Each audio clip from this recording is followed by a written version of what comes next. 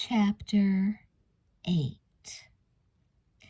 For the rest of the evening, Elizabeth tried continually and unsuccessfully to get in touch with Robin. "What happened?" Robin's mother pleaded when Elizabeth called her. "The Pi Betas blackballed her, Mrs. Wilson." "Oh, no! She was counting on it so much." "I know. I'm the one who sponsored her." "How can young people be so cruel?" Mrs. Wilson said softly. "I really don't know, Mrs. Wilson," Elizabeth answered truthfully. Why Jessica, Leela, and Kara would work so hard to keep Robin out of their sorority bewildered her. And that Robin would let herself be humiliated to join such a bunch of snobs seemed just as mysterious.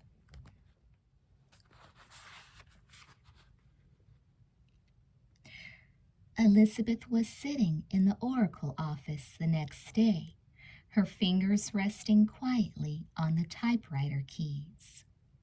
She was trying to think of what to write, but one question kept intruding. Why is it some people can enjoy being so mean? $5 for your thoughts. It was Roger Collins, the newspaper advisor, who had noticed her staring at the blank paper in her typewriter. No response. "Okay, so forget the attempt at inflation humor," he said. "What's on your mind, Liz?" "Mr. Collins, why would people who have just about everything, good looks, popularity, money, why would people like that want to hurt somebody else by excluding them?" "Excluding them?" asked Mr. Collins. "How?" "From an in-group, a sorority." "Well, Elizabeth, what do you think?" "I just can't understand it. As a matter of fact, as far as I'm concerned, those people are the deprived ones. Where's their kindness, their compassion? It's almost as if they're afraid they'll fall apart if they help anyone." "What do you mean, Elizabeth?" "Well, maybe that's the only way they can feel superior. Mr. Collins, sometimes I think the only way they keep themselves special is by keeping other people out." Sounds like an article for the Oracle. Mr. Collins smiled encouragingly at Elizabeth and walked out of the office. Again, resting her fingers on the keys, a tentative Elizabeth finally began to work. She found herself writing a spirited article entitled, "Snobbery is Alive and Well at Sweet Valley High." It took her only an hour to complete, and she immediately gave it to Penny Ayala, the editor. Elizabeth knew it was a public apology to Robin Wilson and a slap at the three witches of Pi Beta Alpha.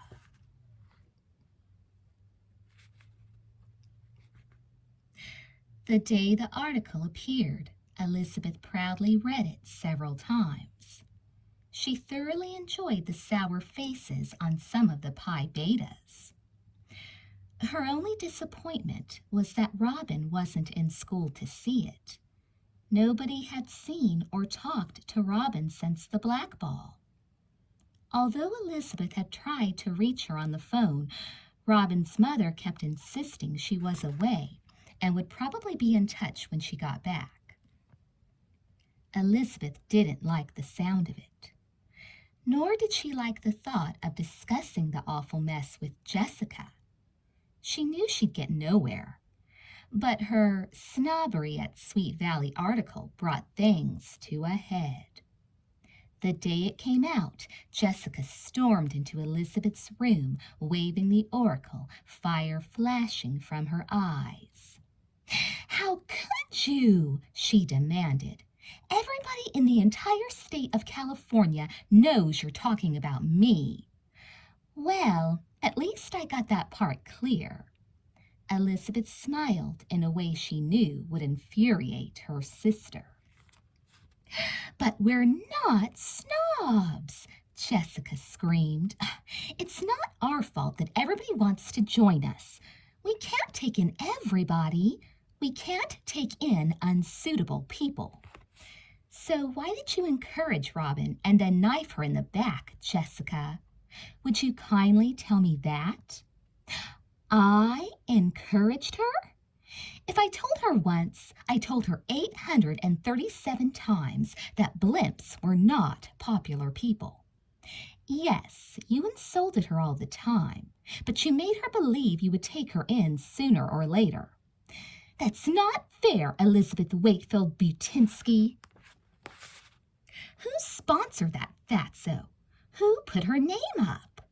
Elizabeth felt her face getting red and her arguments becoming scrambled. As always, Jessica could tell when she was feeling defensive. She stepped up her attack. You put her up, you Miss Goody-Goody. Yes, but you let her believe she was your best friend, Elizabeth countered. Accepting her offer to carry my cleaning was hardly encouraging her. I'm sorry, Jessica, but it was just horrible of you to tell her she had to get a date with Bruce Patman. Is that so? Jessica said, circling her sister like a lion moving in on its prey. Is that so? That's what really got her hopes up, isn't it? Bruce taking her to the dance? Yes, I guess so. You guess so? And who put the fix in with Bruce Patman? Huh, double dealer? What do you mean? What do I mean? Sarcasm was positively dripping from Jessica's tongue. Elizabeth Wakefield, don't pretend with me. I happen to know that you conned Bruce Patman into taking Robin to the dance. You did all this, not us. Who told you that? Elizabeth managed to say weakly. I got it almost straight from the horse's mouth. A thoroughbred named Bruce Patman told Kara. What a fool I was to trust a rat like Bruce, Elizabeth thought. Well, at least there was the small satisfaction of knowing her ego-stroking article about him had never seen the light of day. She'd torn it to shreds before it ever went to print. He's not going to let himself look like a total fool, even though we both know he's the biggest one Sweet Valley High has ever seen. Everybody knows he took Robin to the dance because you talked him into it. My own sister. Listen, Jessica, maybe I shouldn't have meddled, but I'm worried about Robin. Nobody's seen her for days. What's happening to her? I don't know, and I don't care. She's not our problem anymore. We're all snobs, remember? And if that lardo does anything to make me look bad, I'll never do another favor for her, ever. And Jessica stormed out of the room. Finally, the next day, Elizabeth got a phone call from Mrs. Wilson to let her know about Robin. She'd gone to Los Angeles to visit an aunt, but she was back. How is she, Mrs. Wilson? I can't really say, Elizabeth. I'm only calling because I knew you were worried, and it seems my daughter doesn't want to speak with anyone. Can I at least try? I especially don't think she wants to have anything to do with you or anyone else in your sorority. I don't mean to hurt you, dear, but I must respect Robin's feelings. And she hung up.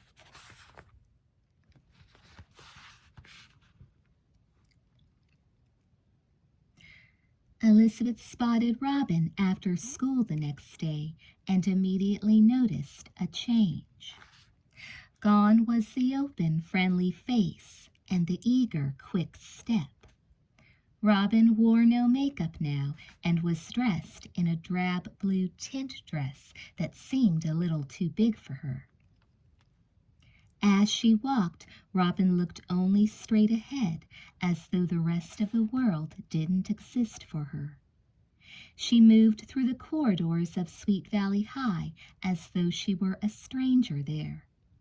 The enthusiastic old Robin Wilson seemed to have vanished. "Robin, I want to talk to you," Elizabeth pleaded, catching up with her in the front of the school. Robin turned to face her with a look that seemed to cut right through her. Elizabeth shivered. "Yes," Robin said in a sharp, challenging tone. She stopped and stood perfectly still, staring with unwavering eyes at Elizabeth, who began to feel like a bug pinned to the wall. "Robin, I just wanted you to know how sorry I am." Is that all? "Robin, don't be like this. Don't let them get to you." It's too late, Elizabeth. I'm sorry to say they did get to me. But don't worry, I'm fine now. Suddenly Jessica came through the doors and, seeing them, hurried over. Her face was wreathed with sympathy. "Robin," she gushed. "Oh, I'm so happy to see you. I want to tell you—" Jessica's words evaporated on her lips. Robin had walked away. "Well, did you see that?" Jessica fumed. "Of all the ungrateful, impossible—" "Elizabeth Wakefield, what are you smiling at?"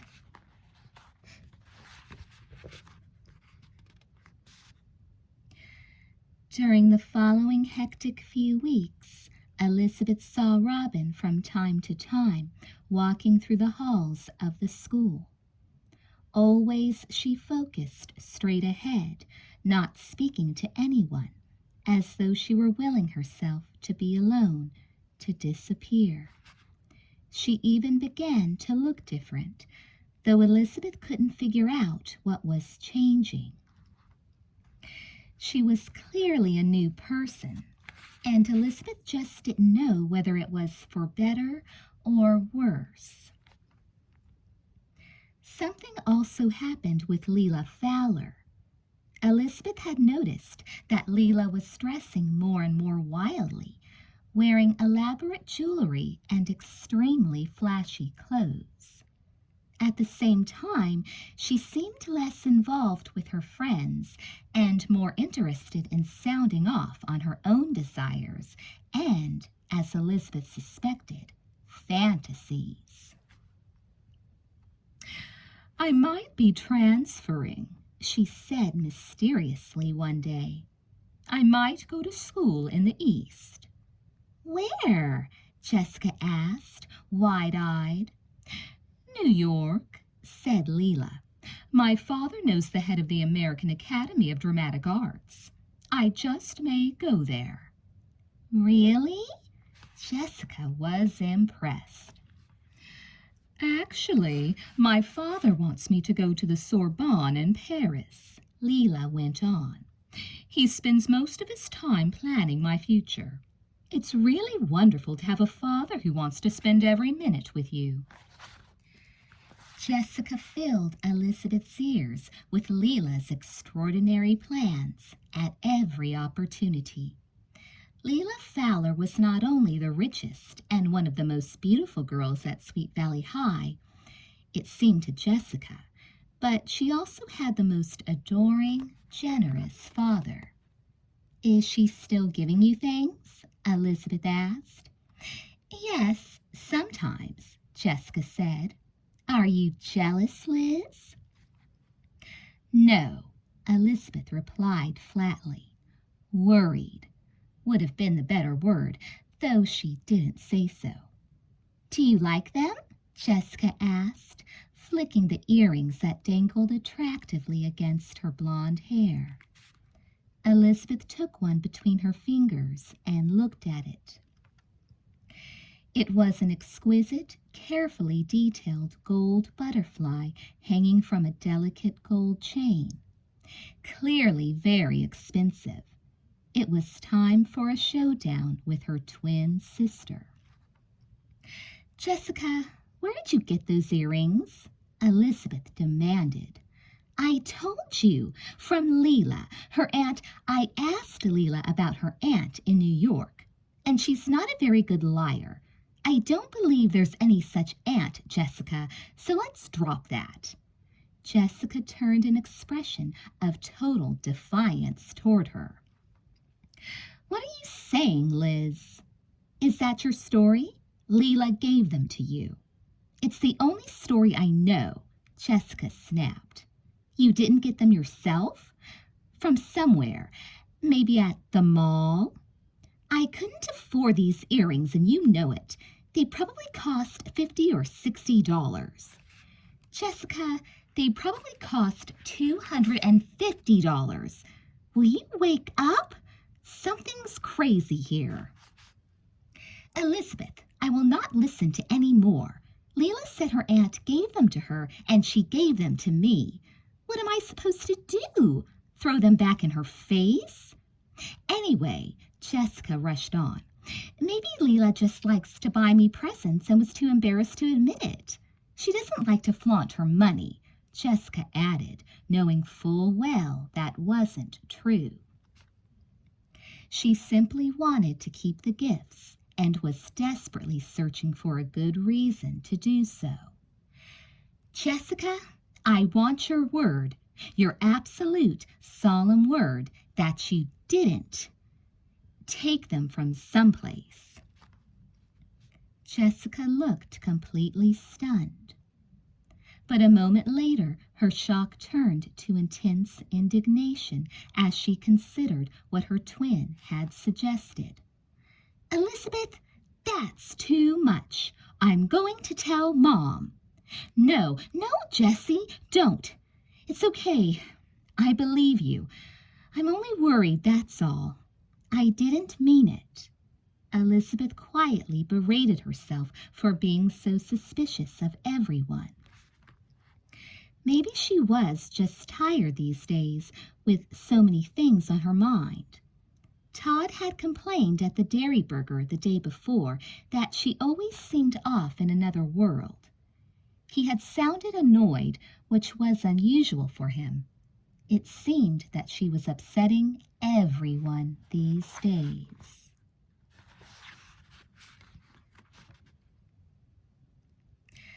The day after her confrontation with Jessica, Elizabeth decided to make it up to Todd by getting him a special gift for his birthday. She had noticed that at basketball practice he tossed his wristwatch onto his sweatshirt lying on the sidelines because the wristband had worn through. She'd get him a really nice new band. Hurrying through the mall after school, she headed for a little jeweler shop where she had seen a selection of rich, dark leather watch bands in the window. They had the warm, masculine quality she associated with Todd. As she was about to enter the store, something caught her eye. An oddly dressed young woman was standing in lacettes, studying the counters. She was wearing a pair of bright green, skin-tight pants and a loose striped blouse that looked as though it could accommodate 2 people. The young woman's back was facing her, but Elizabeth saw her palm a gold bracelet while the saleslady wasn't looking.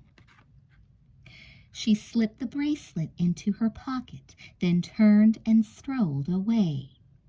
For the first time, Elizabeth had a clear view of her. The thief had been brazen, stealing almost openly, as though she didn't care whether or not she were caught.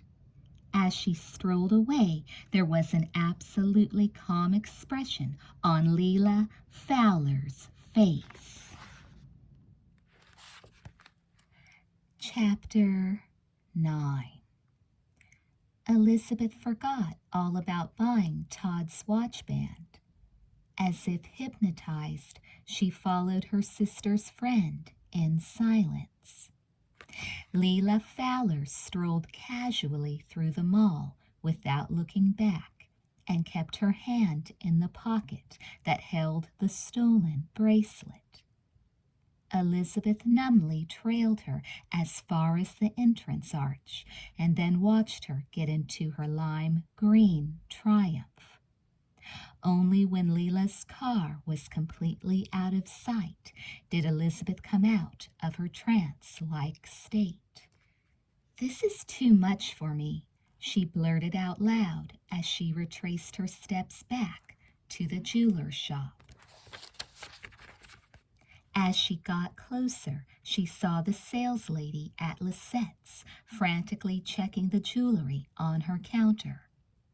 Clearly upset, the woman looked around anxiously, and her gaze fell upon Elizabeth, who seemed to be lingering outside.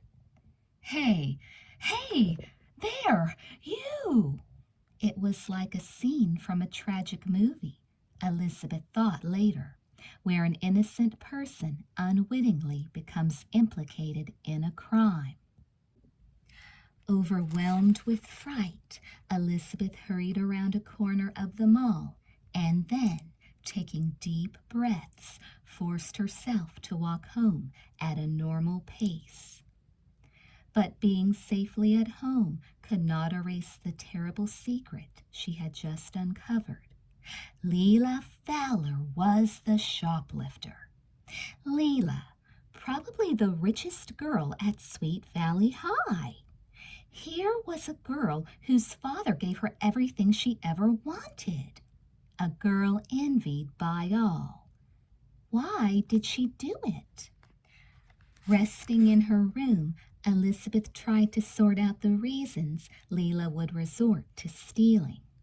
She also tried to rid herself of the anger she felt for having to know about Leela in the first place. Elizabeth willed it to go away. Unfortunately, it couldn't be ignored. Not for long. And she didn't know what to do.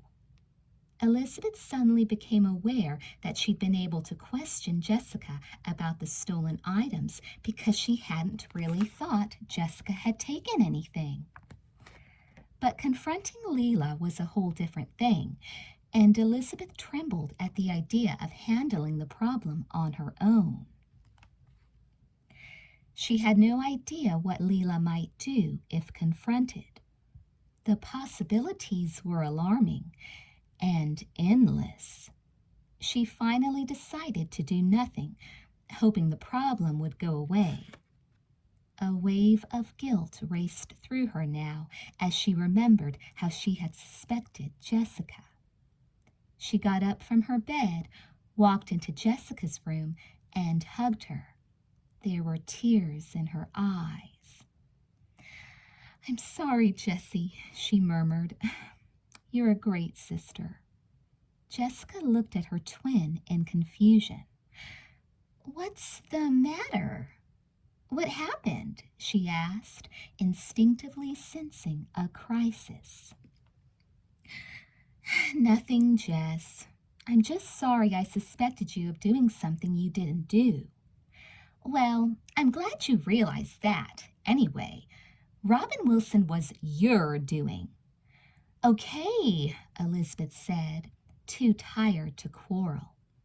Speaking of Robin, she hadn't seen much of her lately. "How is Robin, Jessie?" "I don't know why you would ask me. Elizabeth, that girl has turned weird." "What do you mean?" "Have you noticed her walking through the hall? She dresses like, I don't know what, like a gypsy. She's pale as a ghost, and I swear she acts like she's on something." "Robin? Come on, Jess."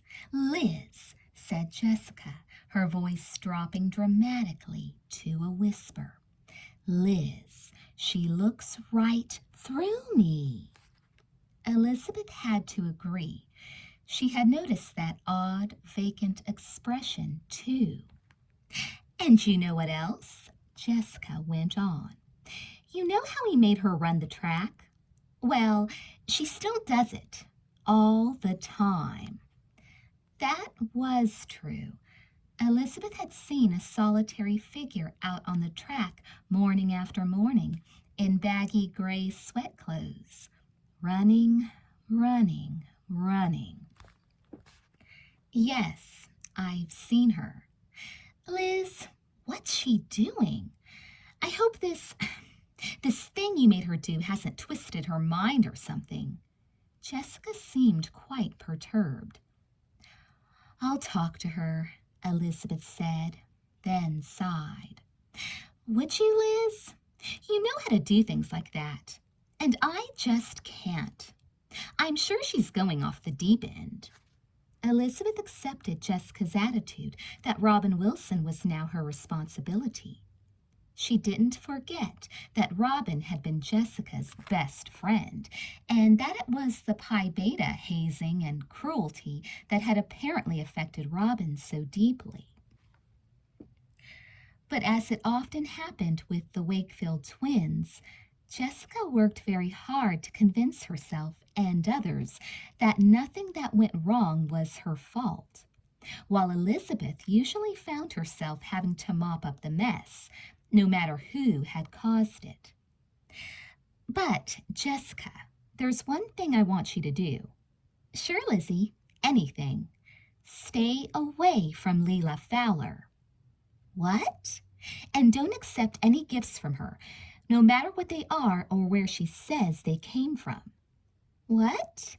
Why? Trust me. Elizabeth, you can't just ask me to discard my very best friend and not tell me why. Are you still jealous of Leela? Why are you so hateful and mean to her? Jessica, do you believe I love you? I'm your sister, and I want things to be good for you. I think Leela is heading for big trouble, and I'm afraid of the effects it'll have on you. Elizabeth realized, too late, that she had opened up a Pandora's box. Jessica immediately became extremely agitated, practically shouting questions at her sister, not even pausing for the answers. What do you mean? What have you heard? How could you be so vile? Since when do you know Leela so well? I can't answer you, Elizabeth replied firmly, but reluctantly. She refused to say more. She was sure of her conviction that telling Jessica everything would be a very dangerous move. Jessica insisted angrily that her sister leave her room, and a very sorrowful Elizabeth obliged her. Jessica's fury was a burden she would just have to bear alone.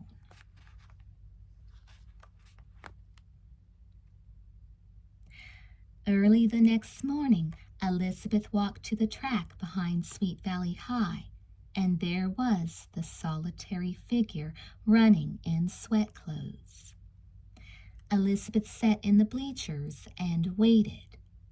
Robin was like a machine on the track. She looked strong, almost athletic, and, as always these days, she stared straight ahead, blotting out everything else. She ran relentlessly, and it occurred to Elizabeth that perhaps she was running towards something only she could see. Finally, Robin trotted over to the bleachers and stopped. She looked at Elizabeth calmly. You must have run a mile, Elizabeth said hesitantly. 5 miles. Robin, I know it's none of my business, but how are you doing?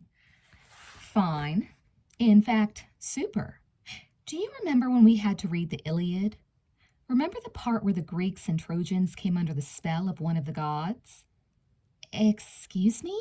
Elizabeth stammered, wondering if Robin really was falling apart. You should read it over again, Robin said, especially the part where the person comes out of the spell and finally sees clearly. You're not angry at me anymore? Angry? I should thank you. You're the only one of that bunch I would even talk to. But honestly, Liz, I really can't talk right now. See you later. And off she jogged toward the gym. The conversation left Elizabeth more perplexed than ever, though one thing was for sure. Robin didn't seem depressed. She was different, all right, but not in a negative way. Elizabeth was intrigued. Her reporter's mind began searching for some clue that would explain what was taking place. One day she walked through the cafeteria and sat down at a table to wait for her friend Enid. Looking around, she saw Robin sitting alone at a nearby table. Elizabeth started to speak, but quickly changed her mind.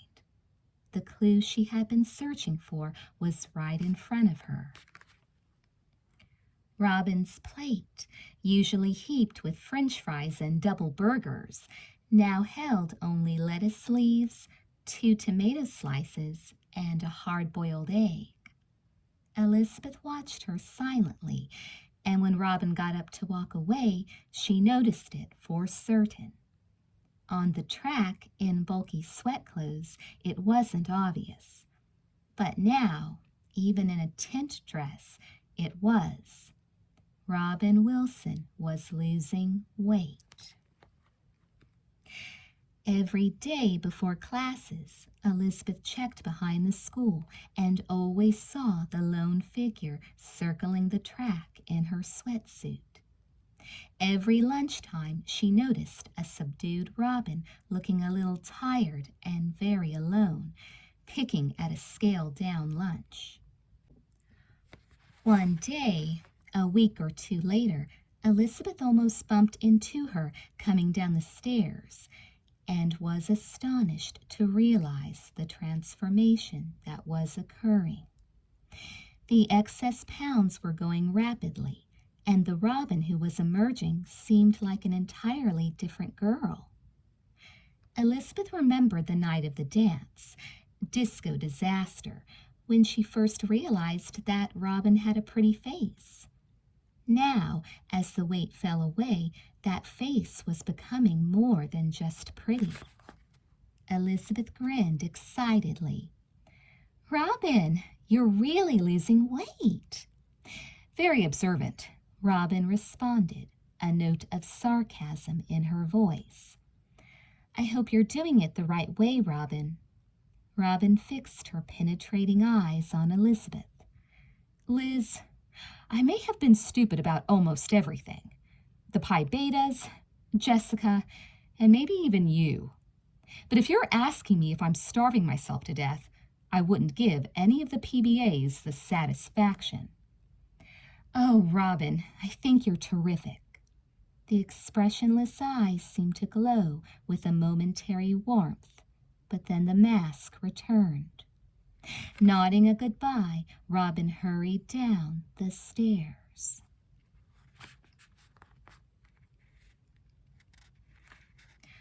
All the way home, Elizabeth found herself humming, her thoughts now on Todd. She'd been neglecting him shamefully lately, but she'd make it up to him. The phone was ringing as she entered the house, and she ran to pick it up before it stopped. A breathless Leila Fowler was on the other end. "Liz, something terrible has happened." "Leila, what's the matter? Where are you?" "Liz, I'm at the mall. It's awful." "What, Leila? What happened?" "It's Jessica. She's been arrested for shoplifting." Chapter 10. Driving to the mall, Elizabeth tried to stay calm. Painful questions were whirling around in her mind. Was Jessica shoplifting after all? Were she and Leila in on it together? Were they covering for each other? She zipped into the mall parking lot and stopped near Leila Fowler's car. Leela had been standing beside it, pacing back and forth anxiously. Immediately she came running over to Elizabeth, her face grim. She dabbed at her eyes with a tissue. Liz, what are we going to do? Elizabeth got out of the car. Where's Jessica? They've got her in there. Leela pointed unhelpfully in the general direction of the mall. Who's got her? The detectives, the security people. Leela, please calm down. Tell me what happened. You've got to get her out of there, Liz. I can't stay. What? You handle it, Liz. I've got to get home. Leela put her hand to her forehead and looked away from Elizabeth. You're not going anywhere, Leela Fowler, snapped Elizabeth. Let's get that straight right now. Leela broke down completely then, slumping against the car and hiding her face. I didn't know Jessie was taking things. I swear I didn't. What did she take? I don't know, Leela said, straightening up. We just walked in today, and the next thing I knew, 2 men walked up and grabbed her. You mean she hadn't taken anything? They just arrested her? Yes. They said they'd been waiting for her to come back, that she'd stolen things earlier. Elizabeth felt a fury rising inside of her as she suddenly understood what had happened. The sales clerk at Lisette's had been watching for her, not Jessica. Oh, no, they wanted me. You, Elizabeth? You've been taking things too? Elizabeth fought the urge to grab Leela and shake her mercilessly. What a total, absolute mess, she screamed to herself. Why didn't I remember to warn Jessica to stay away from the mall? Jessica wouldn't steal. I'm sure of that. Leela, stop it and listen to me. I know the truth. Leela Fowler looked away and started twisting the tissue. What do you mean? I saw you steal a bracelet one day. Bracelet? Oh, Leela, stop it. You've been lifting things from the mall. What are you talking about, Elizabeth Wakefield? Come off it, Leela. Leela tried desperately for an air of outraged dignity. My father is the richest man in Sweet Valley. He can buy me anything. I may even go study in Paris. Leela, forget it. I said I saw you. You did? Yes, you walked out with a gold bracelet. And you've been giving Jessie things. A scarf, earrings, and I don't know what else. Leela began to cry. The richest girl in Sweet Valley completely lost her composure and hid her face in her hands. Oh, Liz, I'm so ashamed. But why, Leela? Why would you do such a crazy thing? I don't know. Your father can buy you these things, can't he? Yes, but that's all. What do you mean, that's all? Leela wiped at the tears on her face. She looked over to the parking lot, and when she began to talk, it was with a bitterness Elizabeth had never heard before. You and Jessica are lucky. Your father spends time with you. And your mother, too. My mother took off right after the divorce, and I never see my father, even though we're supposed to be living in the same house. He's always too busy, flying off to New York, to Paris, to Japan, or working late. He's a very important man, Leela. Sure, big deal. When I was in Pippin at school last year, where was he? I'm a cheerleader, but he's never seen me at a game. Is that why you were stealing, Leela? To get his attention? I don't know. Maybe. But now I realize I can't ever let him know what I've done. You've got to get me out of this, Liz. Elizabeth shook her head, wondering why she was always the one people turned to when things got tough. Why me, Leela? I can't wave a magic wand and make everything all better. Because you're the only one I can trust, Liz. You won't spread it all over. You're the only true friend I have. Elizabeth wanted to remind her about Jessica, but what was the point? Come on, we've got to go in there and tell them the truth, Leela. Leela shrank back in terror. No, they'll tell my father. You want Jessie to take the blame? You'll get her out of it, Liz. On your feet. Let's go. Reluctantly, Leela walked toward the mall, pleading and crying every step of the way. Listen, Leela said, dragging Elizabeth into a corner just inside the mall. I'll tell the truth, but can we at least fix it so my father doesn't have to know? I'll pay them, Liz. You can tell them I'll make it worth their while. Just keep my father out of it. Sorry, Leela. Elizabeth stood firm, though she felt pity for the desperate girl. You've got to tell your father, but before we do anything else, we've got to get Jessica out of there. Elizabeth, promise me one thing, please? Oh, you have to. What is it? Promise? If I can. Never, never, never tell Jessica about this, or anybody else. How can I get her out if I don't tell the security people in the mall? Well, if you have to, tell them, but not Jessica. Elizabeth sighed and escorted a tearful Leela Fowler through the mall, past Lisette's and toward the door marked Mall Security. When she walked in, she heard Jessica's heart-rending sobs and immediately felt like crying herself. For once in her life, Jessica was being tormented for something she hadn't done. Jessica? Elizabeth called out. Liz, Liz! Through a door and down a corridor, Jessica raced, terrified, weeping, and frightened half out of her mind.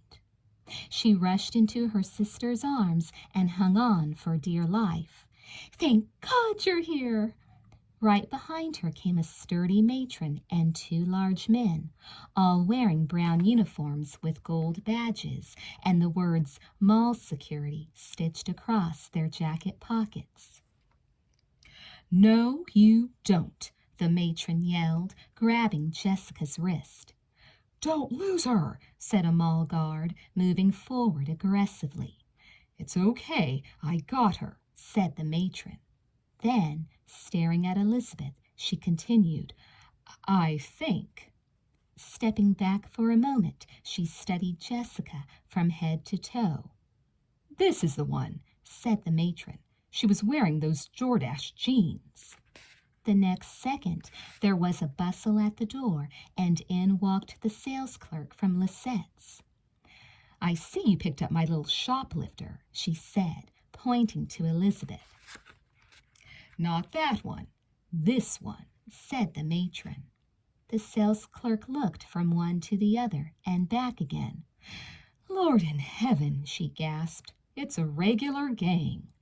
Jessica began crying uncontrollably again. Liz, please tell them I'm not a shoplifter. I didn't take anything. Listen, said Elizabeth, she's telling the truth. I saw her in the mall twice before this, the sales clerk said. Did you see her take anything? She walked away, and the next minute I saw a bracelet was missing. And she was here another time before that. That was me, said Elizabeth, both times. Jessica stopped crying and looked up, stunned. Lizzie, you? The matron dropped Jessica's wrist and grabbed hold of Elizabeth's. I told you it was this one, said the sales clerk. It's those shifty eyes. Oh, stop it, said Elizabeth. I didn't steal anything either. The sales clerk's eyes narrowed as she moved closer to Elizabeth. Oh, so I suppose nobody stole over $600 worth of imports from my shop. Jessica gasped. $600? I think I can clear this up for you, said Elizabeth. But you've got to let my sister go. She's totally innocent, I swear. Okay, but if she goes, you stay, said the suspicious sales clerk. Jess, I want you to wait in the car for me, said Elizabeth, and keep this to yourself. Oh, thank you, Liz. Come on, Leela. Leela will stay with me, Elizabeth said. Oh, said Jessica. Well, okay, fine. I'll see you. And without even a quick look around, Jessica was gone, not in the least bit interested in anything but her own freedom. The sturdy matron moved a chair over in front of the door, put it down, and sat, waiting. The guard moved in front of the other door and crossed his burly arms, waiting. The sales clerk from Lisette's paced the floor, watching, waiting. Well, said the guard at last. Leela, haven't you got something to tell these people? Elizabeth prodded. Leela Fowler took 2 steps away from the wall, opened her mouth to speak, and fainted onto the floor. Chapter 11. Where am I? Asked Leela, opening her eyes and looking up at the people surrounding her. At the mall, Elizabeth said anxiously. It'll be all right. Your father's on his way. What? Said Leela, sitting up. Does he have to know? The shop is pressing charges, said Elizabeth, and Leela fell into Elizabeth's arms, weeping. It seemed an eternity for Elizabeth as she held the sobbing Leela Fowler under the frowning glare of the security guards. Finally, the door opened, and there was George Fowler, looking deeply concerned. "Where's my daughter?" he said, walking in. "Daddy!" Leela cried, rushing into his arms. She buried her face in his chest and wept, shaking with great, racking sobs. "Daddy, thank God you're here!" "Calm down, sweetheart," Mr. Fowler said, his face lined with worry. He led her to a chair beside Elizabeth, where she sat down. "Oh, Daddy!" Leela turned away and covered her face with her hands. Mr. Fowler motioned to the matron, the guard, and the sales clerk, and the 4 of them promptly walked into a back office. Elizabeth could hear them talking in low tones as she tried unsuccessfully to soothe Leela and field her unending questions. "What are they saying, Liz? Is everyone going to find out? What about Jess?" "Please, Leela," Elizabeth murmured over and over. "I think things will be okay." She strained to hear the conversation in the other room. Yes, I'll take care of it," Elizabeth heard Mr. Fowler say. "All right. Yes, I'll make sure she's there." They came out again, and Mr. Fowler took Leela's hand. "Come on, honey. We're going home." Mr. Fowler turned to Elizabeth. "Well, Elizabeth, I owe you a great deal, it seems." "Oh, no, Mr. Fowler." "Yes, I do. And so does Leela. How can we repay you? Is there anything I can do for you?" Elizabeth felt her face burning. Before she knew what she was saying, it was out. "Spend more time with Leela, Mr. Fowler." "What?" A stifled cry escaped from Leela. She turned and rushed to Elizabeth, hugged her very hard, and then hurried out of the room. "Leela, wait," said Mr. Fowler, going after her. Elizabeth glanced at the guard, the matron, and the sales clerk. May I leave?" she said hesitantly. "Yes, and please excuse our accusations. the guard offered apologetically. "We were anxious to stop the thefts, and I'm afraid we jumped too quickly." "That's all right," Elizabeth responded graciously. "But is Leela Fowler in a lot of trouble? She's not a bad person, you know. She's just—" "No," the matron assured her. "This is a first offense, and Mr. Fowler seems to be a solid parent. We've agreed on the necessary steps to take, but I think you should let your friend explain them." Elizabeth nodded, somewhat relieved, and walked out into the bustling mall. One problem remained: her promise to Leela never to tell anybody what had happened at the mall. How could she keep a secret like that from her twin? Jessica was waiting in the car when Elizabeth got there, and she was burning with curiosity. She had seen Mr. Fowler arrive and had seen him and Leela leave. When Elizabeth opened the car door, Jessica wasted no time. She pounced like a ravenous lion. "Elizabeth, I've been going totally crazy waiting. What happened?" "Nothing," it straightened out. Jessica's face first registered shock, then disbelief, then frustrated fury at such an idiotically impossible answer. "I get accused of being a thief, and you tell me nothing?" she raged. "It's all cleared up, and Leela went home with her father. That's all."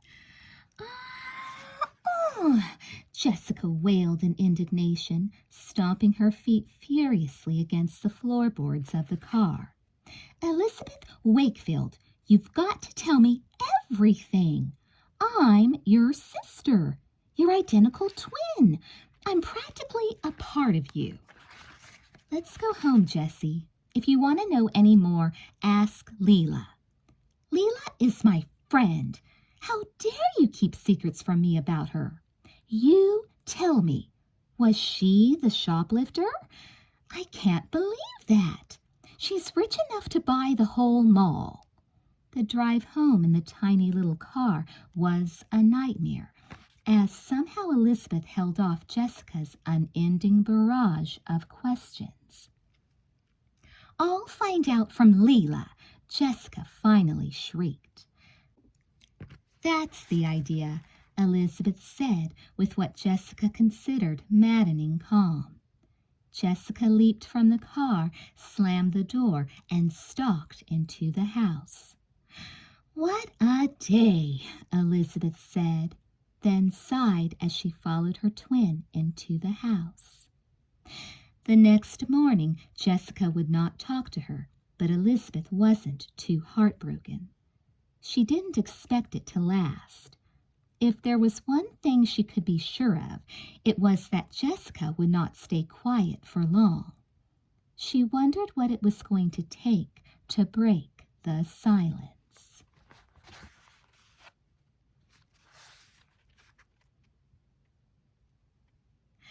The next day, Elizabeth drove to the jeweler's shop where she finally bought Todd's watch band.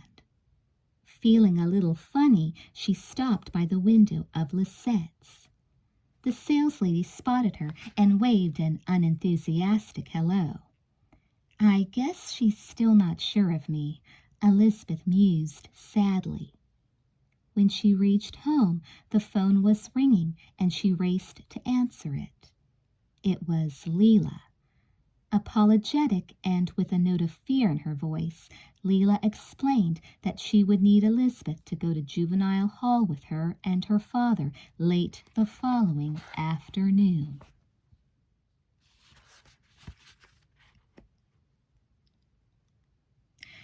Parking behind the white Spanish-style mansion, Elizabeth marveled at Fowler Crest, the sprawling Fowler estate. Its sculptured, landscaped grounds, blood-red brick-tiled courtyard, and the fountain containing rare tropical fish were truly magnificent. How odd that Leela wasn't happy in such luxurious surroundings. On the drive to Juvenile Hall, Elizabeth sat in the back seat with Leela. Leela was pale, yet she seemed curiously calm and serene. Her dangerous gamble had finally made her father notice her, Elizabeth observed. Mr. Fowler sat in front, next to the chauffeur, but he continually looked around to smile reassuringly at Leela. He reached back once to pat her hand. "It's going to be all right, sweetheart," he said softly. "We're going to make everything right." At Juvenile Hall in downtown Sweet Valley, they met Mr. Fowler's lawyer, a slim, gray-suited man with a mustache. The four of them walked in through a side door and down a corridor to the chambers of Juvenile Judge Herbert Mancuso. They sat in deep, rich leather chairs as the judge looked over a sheaf of legal papers, mumbling and nodding. Finally he looked up, an understanding smile on his face. The lawyer introduced Mr. Fowler, Leela, and Elizabeth to the judge, explaining that Elizabeth was a schoolmate of Leela's and was there as a character witness. Elizabeth kept her statement brief. She told the judge in all honesty that Leela was not a troublemaker and she had never known her to do anything dishonest before this. "Well," he said, "do I understand the defendant in this matter has made a complete statement and that restitution has been made?" "Yes, Your Honor," responded the lawyer. "Would you like to say anything, young lady?" Judge Mancuso went on. "No, sir," Leela said in a tiny, faraway voice. "I'm sure you've learned your lesson, Miss Fowler. Mr. Fowler, I'm going to release your daughter into your custody. It would serve no useful purpose to take any other action. If your daughter remains out of trouble for 6 months, the matter will be dismissed. 6 months probation." And that was that. They filed back out through the side door, got into Mr. Fowler's silver Mercedes, and the chauffeur drove them away. "Well, that wasn't so bad, was it?" said Mr. Fowler. Silence from Leela. "Listen, what do you say we all have an early dinner at the Palomar House?" he said brightly. The Palomar House! Elizabeth thrilled at the thought of going to the poshest restaurant in Sweet Valley. After the chauffeur dropped them off, the maitre d' greeted Mr. Fowler by name and showed Elizabeth, Leela, and her father to a plush banquet in the main room under an immense chandelier.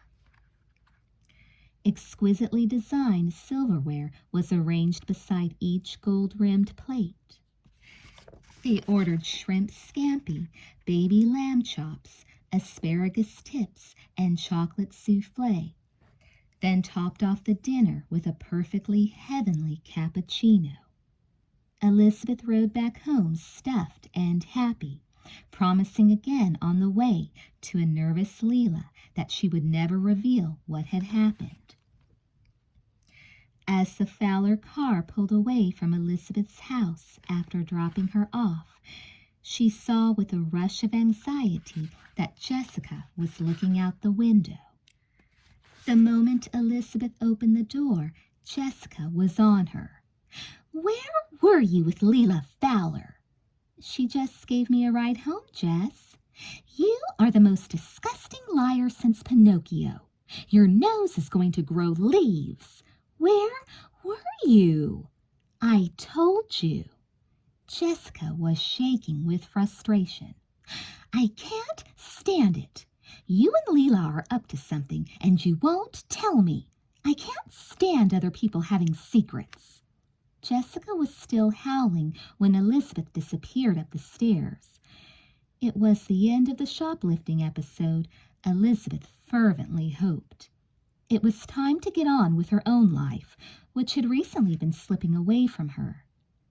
That night she went out on a date with Todd and gave him his watch band. "Welcome back," he said when he kissed her.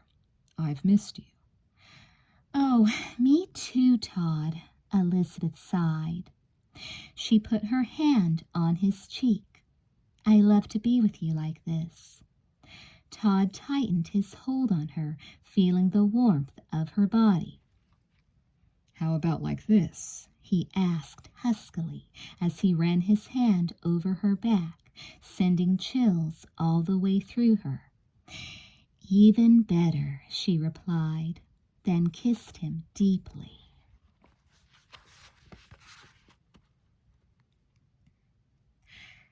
The next day, Elizabeth plunged into the stack of work that had been piling up on her desk in the Oracle office. A story about midterm cheerleader tryouts had to be written at top speed.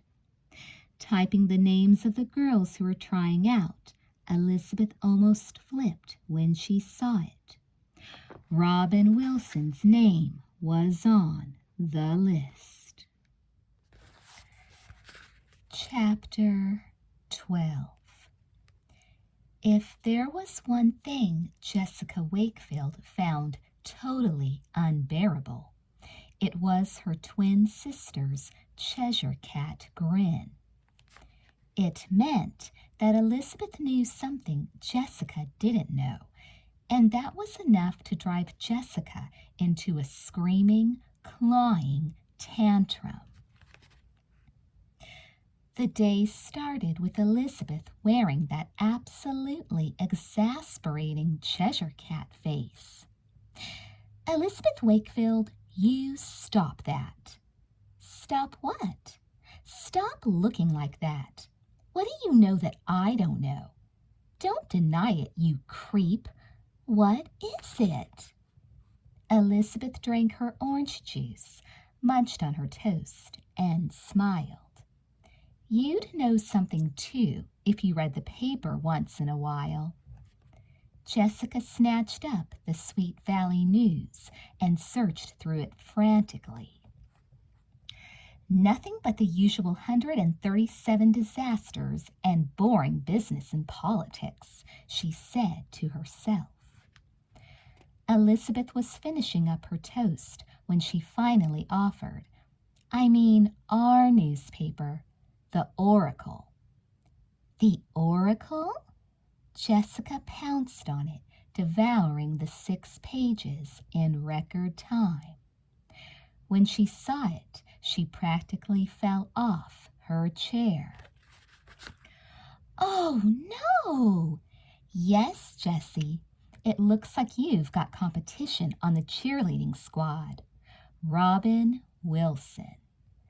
Jessica threw the paper under the table with a flourish and crossed her arms. Who said she could try out? Anybody can try out, Jessie. The Pi Betas don't control that. But she's a space cadet, Liz. Have you seen her walking around like something out of a horror movie? I've seen her, Jess, and a lot of other people are seeing her these days, too. What do you mean? I mean she's getting popular in a big way since she lost all that weight and did herself over. And she doesn't act like a space cadet either. I don't think it's a bit fair. Jessica pouted, reluctantly admitting Elizabeth was right. A few weeks ago I could see she was a little less of a slob, but how could she possibly get so good-looking so fast? We're talking about Tubby here. Well, she's been working hard at it, Elizabeth pointed out. Haven't you noticed that? She deserves to look gorgeous. Oh, keep quiet for once. I saw Bruce Patman drooling over her the other day after school. Bruce Patman is the jerkiest person in 37 states and Mexico, Jessica fumed. And anyway, what does he know? Beauty is only skin deep, Liz. Just remember that. It's what's underneath that really counts. And underneath, Robin Wilson is a deranged freak. Why she doesn't like any of us after all we did for her, I'll never know. but it's the mark of a sick person. What the Pi Betas had unintentionally done for Robin certainly was remarkable, Elizabeth had to admit. She had not simply avenged herself by losing weight. Robin had gone through a complete transformation. The old tint dresses had slowly disappeared, replaced with flattering and stylish outfits. The pale face had taken on a healthy glow, and all in all, a totally new Robin Wilson was dazzling Sweet Valley High. There were many kids, in fact, who swore she just moved to town. They'd never even noticed her before. And it all started to come together the week of cheerleader tryouts. On Monday, Robin showed up in designer jeans, a rainbow top, and a new hairstyle.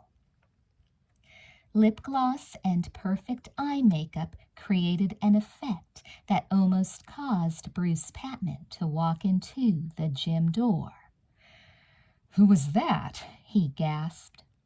"She just moved here from Mars," said Elizabeth, who'd witnessed his near accident. "We call her Wrecker Wilson." "Boy, she can wreck me any time," Bruce said. "Wow, what a beauty! Awesome!" Most of the school jocks turned out for cheerleader tryouts, including Bruce, and Robin went through the routine as if she'd done it 1,000 times before. Not only was she picked at once, but she was made co-captain with the completely astounded Jessica Wakefield. But Jessica wasn't the only one who was shocked. "I can't deal with this," muttered Bruce Patman to anyone who would listen. "That gorgeous girl is Robin Wilson." Elizabeth decided to interview Robin for the Oracle, as her new status as co-captain of the cheerleading squad had to be one of the school's hottest items in the past few weeks. She asked her a number of questions, which Robin answered enthusiastically, with occasional bursts of cheerful laughter. It was the first time Elizabeth had heard her laugh in months. Finally, Elizabeth asked a question that was, as she told Robin, off the record. "Well, how does it feel to shove it all down their throats?" "Heavenly," Robin giggled. Then she regained her composure. "Well, I don't care about them. Although, let me tell you, Liz, you haven't seen anything yet." "You've got other surprises for us?" Robin smiled. "I've got the biggest surprise of all. Just wait." "I hope you're not going overboard, Robin." "Don't worry, Liz. I've learned how to swim with sharks."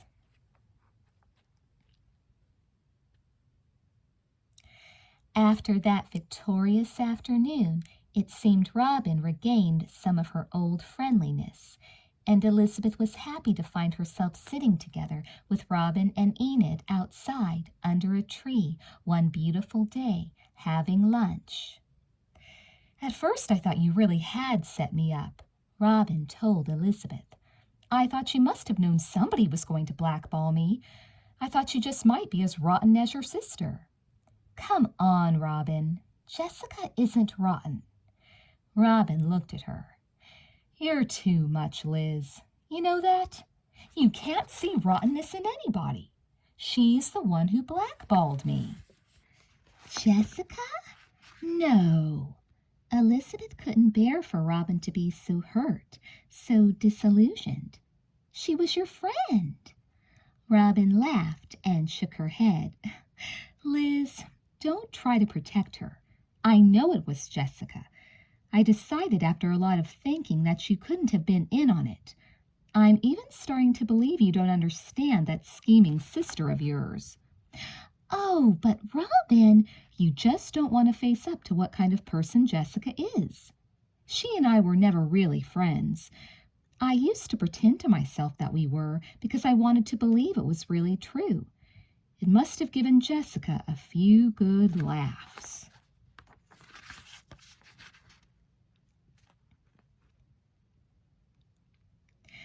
Little by little, Elizabeth began to feel that she and Robin were becoming close friends. Somehow, through adversity, a strong bond of friendship had sprung up, grown, and deepened. "I was so afraid," Robin confessed one day. "I needed to be accepted so much that I threw away my pride and self-respect. Believe me, it's never worth it." "I tried to tell you that silly sorority wasn't worth it," said Elizabeth. "I know you did, and you were right. But you were already in, Liz. Everything comes easy for you. You're bright, pretty, everyone likes you. You don't know what it's like to have troubles." Remembering the recent past, Elizabeth had a difficult time keeping her mouth shut at that last remark.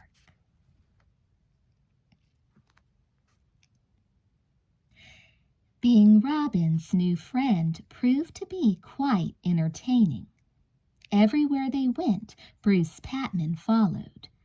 Todd wasn't pleased to find him hanging around Elizabeth, but he could see it wasn't his girlfriend Bruce was interested in. Bruce simply couldn't keep away from the new cheerleader. He seemed to have completely forgotten that he once called her the Queen Mary. Everybody at Sweet Valley High, even Elizabeth, gradually forgot there had ever been a fat and ugly Robin. But Robin would always remember. Chapter 13. Elizabeth sat in the Oracle office trying to figure out what snappy news items she could include in her column.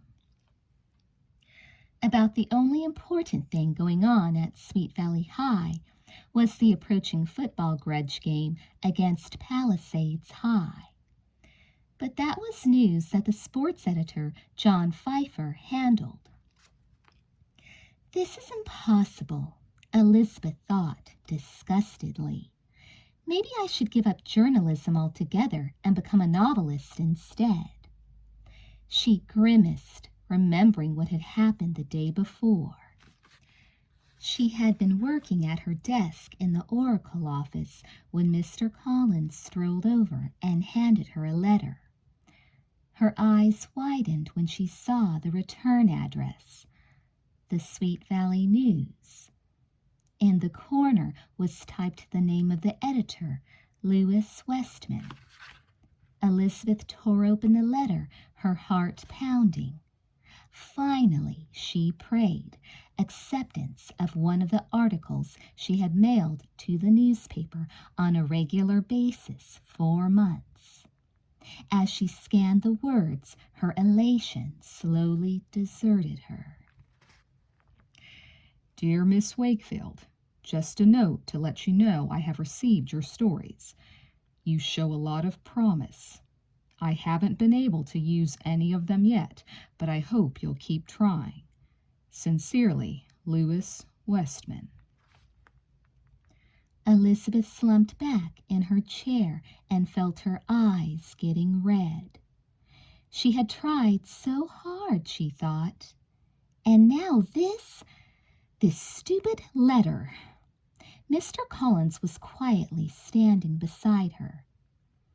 "That's pretty good, Wakefield," he said cheerfully. "Getting a letter from the editor." "But, Mr. Collins, he hasn't taken any of my articles." "Rome wasn't built in a day," Mr. Collins said. "Keep trying. He thinks you'll make it.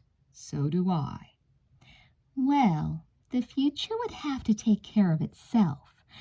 Right now, she wasn't getting any story ideas. Deciding she might be able to work better at home, Elizabeth left the Oracle office.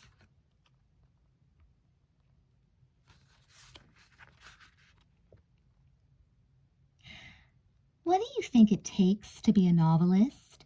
she asked Jessica when her sister later came into her room carrying an armload of clothes. Elizabeth, please stop talking nonsense and help me. This is the most important event of my life. What is? What is?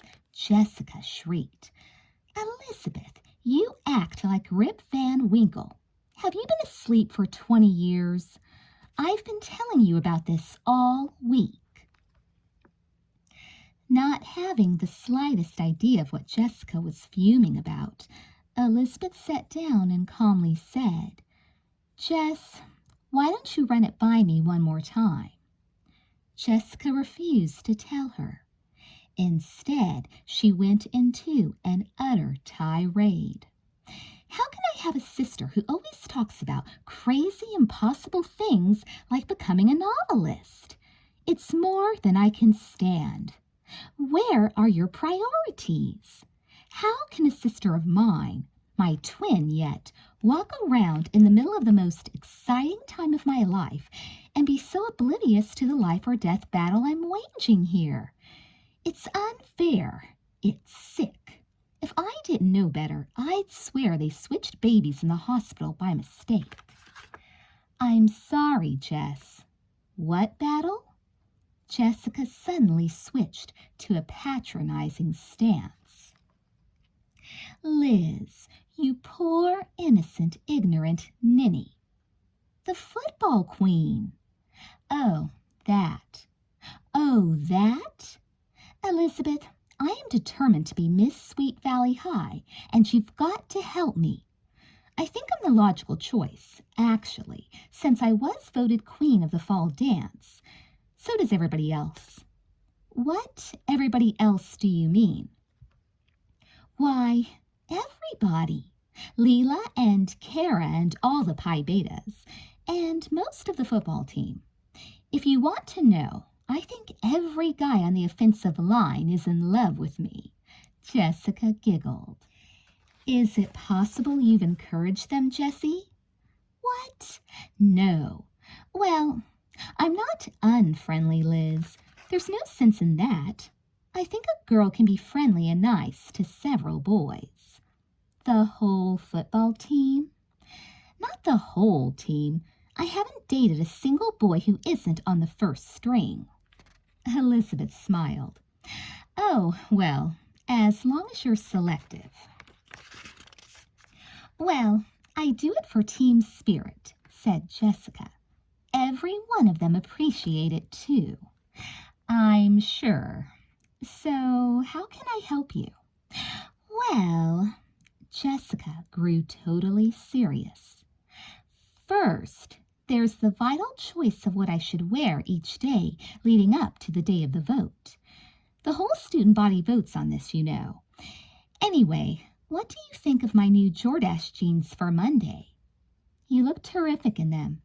And my cheerleading outfit on Tuesday. You mean wear it to class? Won't that attract a lot of attention? What in the world is wrong with you, Liz? That's the entire idea. The wardrobe decisions took 2 hours, and after endless switches and changes, Jessica finally was satisfied. Now, about my publicity campaign, she said. Your what? When you write up all the contestants, I want you to lose their photographs, see? Give them to me and I'll burn them. Jessica, what? What about Leela Fowler? Isn't she running too? Leela doesn't have a sister who's practically the editor of the Oracle. She'll understand. Jessica smiled expectantly at Elizabeth. Jessica, no. I'll treat all contestants exactly the same. That's the unfairest thing I've ever heard in my life, Jessica shouted, running out and slamming the door behind her.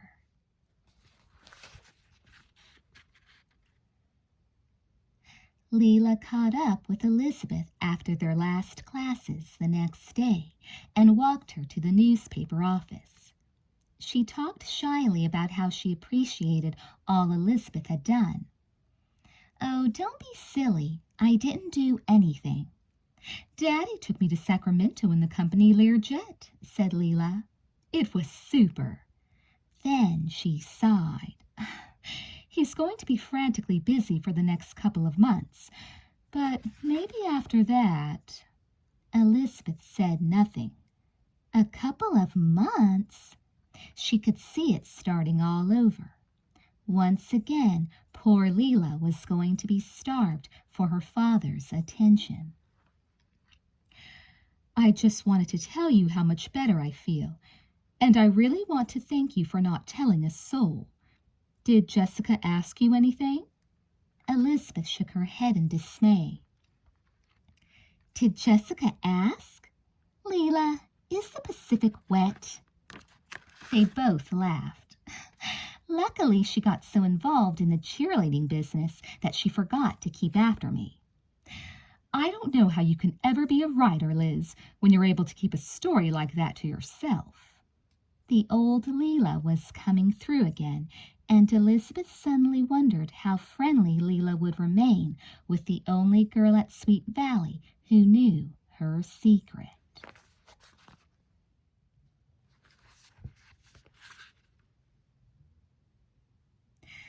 The next 2 weeks were a supercharged time at Sweet Valley, as every beauty who ever coveted the title of Miss Sweet Valley High went into high gear. Comfortable overalls disappeared. Sneakers went into the closet. With carefully dressed hopefuls lounging around on the school lawn, leaning against the white oak trees, Sweet Valley High looked like a spread from a fashion magazine. Jordache jeans were challenged by Calvin Klein's. Miniskirts were seen next to tapered slacks. Makeup and new hairstyles turned the young women into glamour models. And leading all the challengers was Jessica Wakefield, whose natural beauty, sparkling blue-green eyes, sun-streaked blonde hair, and terrific figure stood out no matter what look she went for. The backfield of the football team suddenly began wearing sweatshirts with Jessica's name emblazoned on them. Aren't they sweet, those crazy guys? Jessica said to everyone she passed. And then, one day, a typewritten sign appeared on bulletin boards all over the school. Challenge accepted. It has come to my attention that members of Pi Beta Alpha have forbidden any girl who is not a member to go out for Miss Sweet Valley High. I know all about the PBAs. They blackballed me. I accept their challenge. I ask for your vote. Robin Wilson. The sign created a sensation. People were talking about it everywhere, up and down the stairways, all over the lunchroom, buzzing across the auditorium, and even into the football team's locker room. Did you hear what the Pi Betas did to Robin? Those snobs. But that's totally stupid, Leela said defensively. How could we forbid anybody from running? It was the talk of the school for days. No matter how much the Pi Betas protested that they had not forbidden anyone anything, the accusation hung in the air. Finally, gathered in front of the school one morning, Leela, Kara, and Jessica all demanded that Robin publicly announce who among the Pi Betas had said such a stupid thing. Sure, said Robin. I'll tell you, just as soon as you tell me who blackballed me. But that's secret, Jessica protested. She couldn't for the life of her understand why anyone would tell the whole school that she'd been blackballed. Hadn't she any pride? Well then, my information is secret too. and she walked into the school.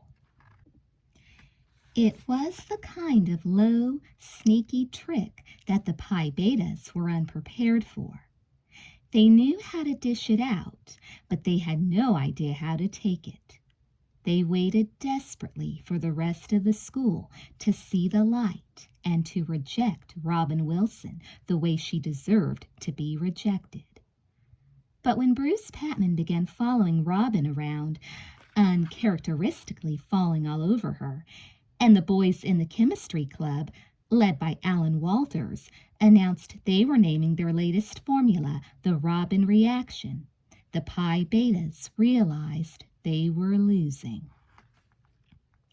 Then, when the defensive line of the Sweet Valley High Gladiators announced that from now on they would be known as the Black Ball Brigade, the Pi Betas knew they had lost. "This is unforgivable," screamed Jessica to Elizabeth. "You've got to write an editorial." "About what?" "You're a Pi Beta too." "In this contest, Jessica, I'm a newspaper woman. I'm neutral." "Neutral? Neutral? How can you be neutral when your exact likeness is being stabbed, mutilated, and betrayed?" Friday, voting day for Miss Sweet Valley High, finally arrived, and the ballot boxes on every floor of the school were clogged with ballots. It was the biggest turnout anyone could remember. Right up until the ballot boxes were closed at the end of school on Friday, kids chanted and rallied for their favorites. The Gladiators' offensive line and backfield paraded through the lunchroom carrying a big banner. "Jessica is just right." Then the defensive line came through the auditorium with a huge placard, "Robin has us throbbin'." Saturday's homecoming game between Sweet Valley High and the Palisades High Pumas was billed as a grudge match because both teams were undefeated. Sports writers and radio reporters in the valley had hyped the game all week, so everyone was interested. Lewis Westman, school editor of the Sweet Valley Daily News, came out to cover the big game, and the local television station KSVH sent a crew. And of course, Alan Walters, the Oracle photographer, and John Pfeiffer, the Oracle sports editor, were all over the place covering everything. Hurrying into the area behind the stands, Elizabeth ran into Lewis Westman. "Never saw such a mob scene," said Westman. "I'm going to be swamped." Elizabeth heard opportunity knocking. "Do you want some help, Mr. Westman?" she said eagerly. "I'm covering the Miss Sweet Valley High contest for the Oracle. Would you like me to do a story for you, too?" "Miss Wakefield, you're a lifesaver," he said. "See me after the game." "You bet I will," Elizabeth blurted out, her spirits soaring.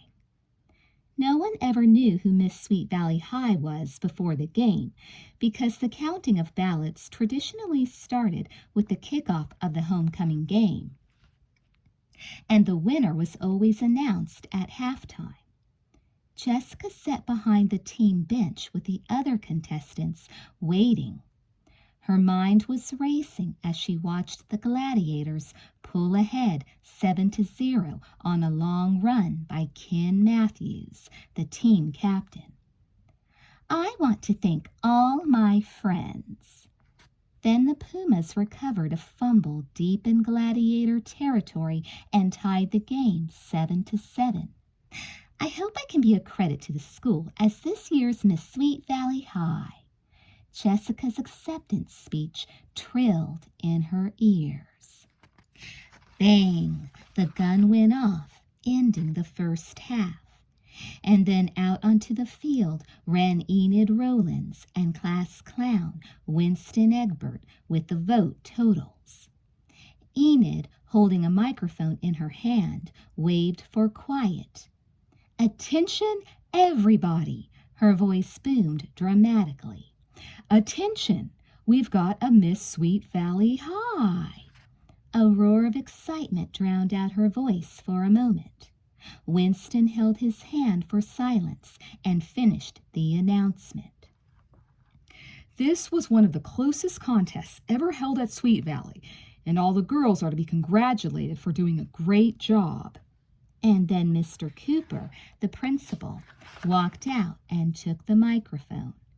He held a slip of paper in his other hand. Looking at it, he read off the message. "The winner in this year's Miss Sweet Valley High is Robin Wilson." Chapter 14. Robin virtually had to fight her way through the crowd and out onto the football field. Clearing the way for her was an excited Bruce Patman, who gave every indication that he was the date of the new Miss Sweet Valley High. "Out of the way," Bruce commanded, shoving people aside. "Robin's coming through. Come on, Robin." As soon as she reached the field, a camera crew from KSVH trained its floodlights on her. Elizabeth, covering the event for both the Oracle and the Sweet Valley News, was there too, asking questions of a glowing Robin. "Did you expect to win?" she asked. "No, not really. If you never expect too much, you'll never be disappointed." "Do you have anything to tell the student body?" Robin searched the sky for a moment. "Only something we all know but don't always remember. Know yourself, and don't try to be anyone else." "Okay," Elizabeth yelled. She noticed Alan Walters trying to get through the crowd. "Make way for the man with the camera. The Oracle needs pictures of the new Miss Sweet Valley High." The crowd gave way. Robin stood alone at the edge of the field. Mr. Cooper stepped up and handed her an armful of American Beauty roses, and Alan Walters recorded the moment for the Oracle. "Procession!" the students began yelling. "Procession!" It was a tradition for Miss Sweet Valley High to ride around the football stadium in the back seat of a limousine to celebrate her triumph. The limo was out on the track, but Robin hesitated. "Bruce," said Robin, waving him over, "do you suppose I could ride in your Porsche instead of the limo?" "Sure," Bruce beamed. "Shall I get it?"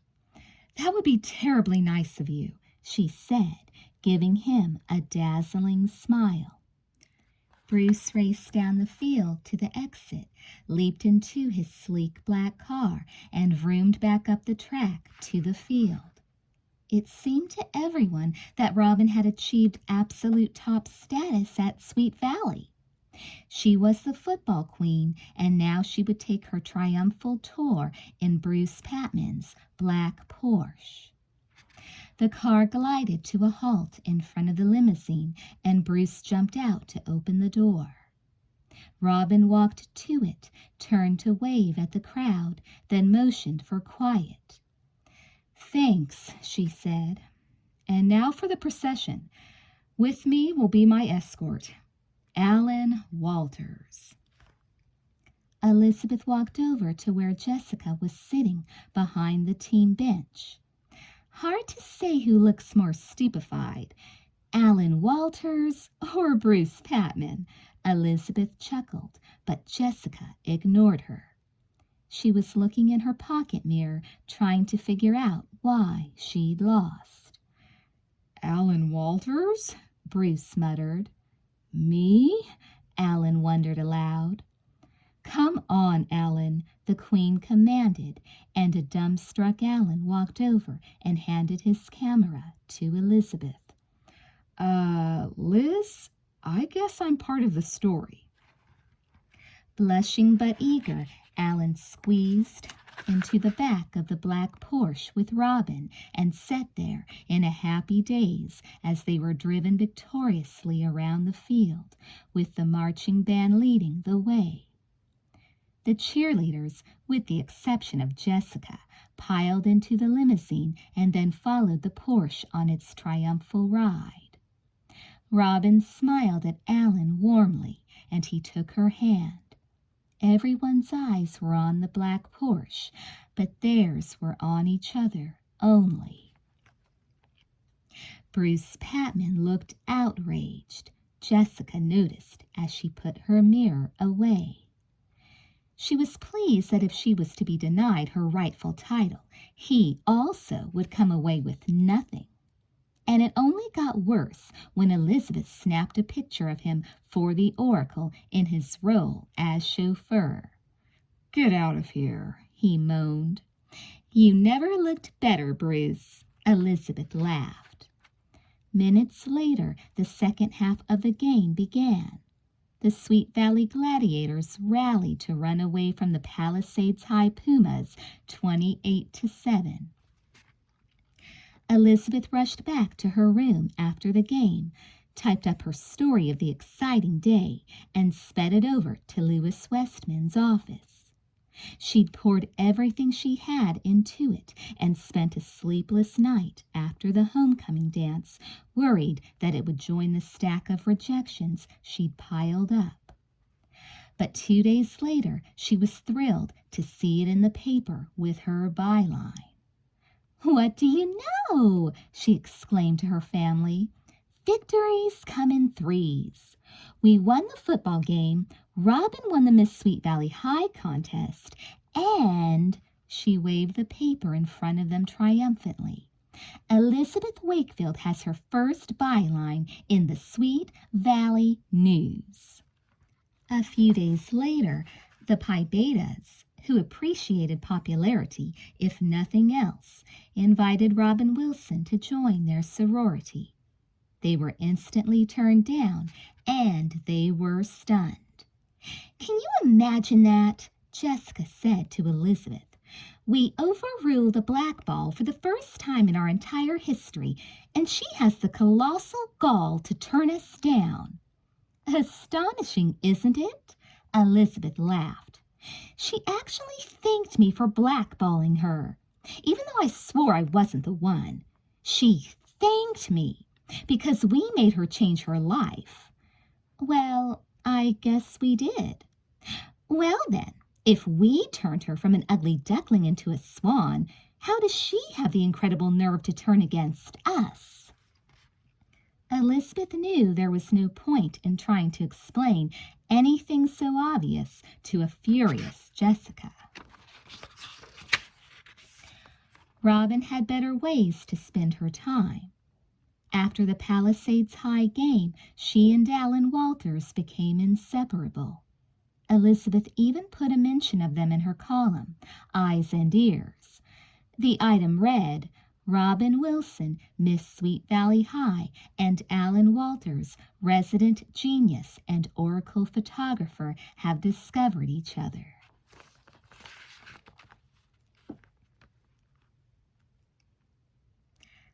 A few weeks later, Elizabeth found herself worried about how the Pi Betas, and Jessica especially, were bearing up under the double blow of Robin winning Miss Sweet Valley High and snubbing the sorority.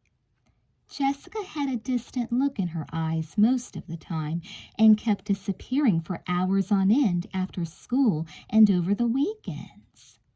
Elizabeth finally confronted her sister. "I really hope you're not brooding about PBA." "Oh, Liz, that nonsense is about 737th on my list of concerns," Jessica said. Elizabeth could not believe she'd heard correctly. "What was that, Jessica?" "You probably haven't noticed it, but the Pi Betas are terribly juvenile. I'm surprised you spend so much time with them." Elizabeth took a good look at her twin sister. It seemed Jessica had shifted gears all of a sudden. This was not unusual, but the tone of her twin's voice made Elizabeth nervous. What's happened, Jessica? What? Innocence flowed. I've noticed lately that you've been walking around looking a little out of it, but I thought it was because you were sorting out that business with Robin. My dear, naive Elizabeth, said Jessica, those are things kids worry about. Well, if you haven't been hiding out because you didn't want to show your face, where have you been going? To the beach, sketching. I feel art is something extremely important to me, Liz. Beach? Sketching? The dunes around Castle Cove are magnificent natural wonders. Elizabeth did a double take. Was she hearing correctly? Castle Cove? That's where the crowd of college kids from State hung out. Jessica, are you hanging out with that college crowd? I find them much more the sort of people I enjoy, Jessica said earnestly. They understand life and art. Uh-huh. And is one of the natural wonders you've noticed at the Cove by any chance a college man? Scott Daniels, Jessica gushed excitedly. Oh, Liz, he's such a gorgeous hunk, and he's interested in me. Jessica, does he know you're only 16? Totally irrelevant. He's interested in me for what I am. And with that, Jessica packed up her tote and headed for Castle Cove. Elizabeth watched her go, fearful of what this new adventure might mean for her impetuous twin. Jessica in love with an experienced college man meant storm clouds would be gathering soon. And all Elizabeth could do was hope that the inevitable winds would not shipwreck those close to her sister, including herself. Jessica with a college guy? Elizabeth fears her twin has gotten in over her head this time. Is she right? Find out in Sweet Valley High, number 5, all night long.